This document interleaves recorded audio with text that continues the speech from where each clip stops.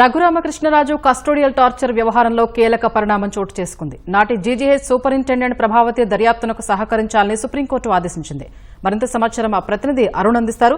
Arun, Raghuramakrishnaraju custodial torture వ్యవహారంలో supreme ఆదేశాలకు సంబంధించి వివరాలేంటి?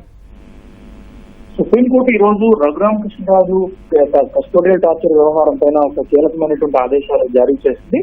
ప్రభావతి గతంలో జీజీహెచ్ సూపరింటెండెంట్ గా ఉండి తప్పుడు నివేదికలు ఇవ్వడంతో పాటు హైకోర్టుకు నివేదించినటువంటి హైకోర్టు ఇచ్చినటువంటి ఆదేశాలను కూడా అమలు చేయలేదని, దానికి సంబంధించినటువంటి కంటెంప్ట్ కేసు ఇప్పటికీ హైకోర్టులో పెండింగ్ లో ఉంది అని చెప్పి రాష్ట్ర ప్రభుత్వం తరఫు న్యాయవాది సిద్ధార్థ లూత్రా కోర్టుకు నివేదించారు. అదే సందర్భంలో ఈ ఏడాది జనవరిలో ప్రభావతి సుప్రీంకోర్టును ఆశ్రయించినప్పుడు ఆమె వయసు ఇతరత్ర కారణాల రీత్యా సుప్రీంకోర్టు ప్రభావతికి మధ్యంతర ఉపశమనం కల్పిస్తూ అరెస్టు నుంచి మినహాయింపు ఇచ్చింది. తాత్కాలికంగా అరెస్టు నుంచి మినహాయింపు ఇచ్చింది. అయితే దర్యాప్తులకు పూర్తి స్థాయిలో సహకరించాలని చెప్పి అదే సందర్భంలో దర్యాప్తుకు సహకరించని పక్షంలో ప్రభావతికి ఇచ్చినటువంటి మధ్యంతర ఉపశమనం రద్దు అవుతుంది అని కూడా సుప్రీంకోర్టు ఆ రోజు ఇచ్చినటువంటి ఆదేశాల్లో స్పష్టం చేసింది. అందుకు సంబంధించి రాష్ట్ర ప్రభుత్వాన్ని కౌంటర్ దాఖలు చేయాలని, అదే సందర్భంలో రిజైండర్ దాఖలు చేయాలని చెప్పి ప్రభావతి కూడా ఆదేశాలు జారీ చేసింది.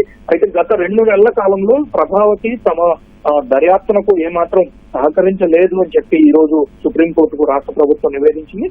అదే సందర్భంలో దర్యాప్తునకు పిలిచేందుకు వెళ్ళినటువంటి అధికారులకు ఏమాత్రం కోఆపరేషన్ లేదు అని, ఒకసారి కొడుకు, ఇంకొకసారి న్యాయవాది, ఇంకొకసారి మరొకరు, ఈ విధంగా ఒక్కొక్కరు ఒక్కో విధంగా స్పందించారు తప్ప ప్రభావతి మాత్రం ఏ రోజు తమకు సహకరించలేదు, తమకు ఇంటి దగ్గరికి వెళ్ళినప్పటికీ అబ్స్కాండెడ్ గానే ఉన్నారు అని చెప్పి సుప్రీంకోర్టు ముందు అనేక సాక్ష్యాలను రాష్ట్ర ప్రభుత్వం ఇచ్చింది.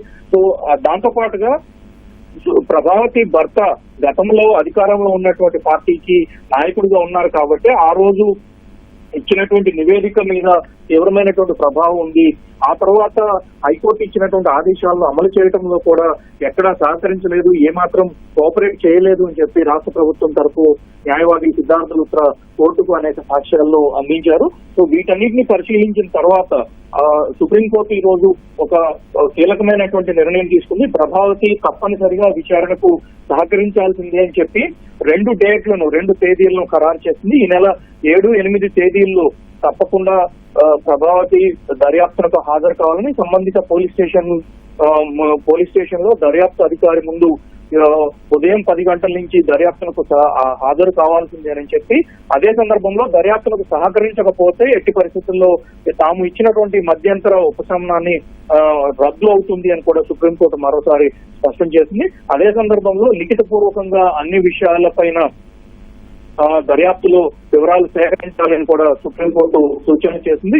దేనికి సహకరించని పక్షంలో సుప్రీంకోర్టు ఇచ్చినటువంటి ఆదేశాలు, అదే సందర్భంలో తాము సూచించినటువంటి విధంగా ఎలాంటి పక్షంలో సహకరించని పక్షంలో తాము మధ్యంతర ఉపశమనాన్ని రద్దు చేస్తామని చెప్పి సుప్రీంకోర్టు స్పష్టం చేయడంతో పాటుగా ఈ నెల 7, 8 తేదీల్లో ప్రభావతిని విచారించాలని, తదుపరి విచారణ ఈ నెల 15వ తేదీని చేపడతామని చెప్పి supreme court justice Vikram Nath, justice KV విశ్వనాథన్లతో కూడిన ధర్మాసనం స్పష్టం చేసింది. ధన్యవాదాలు అరుణ్.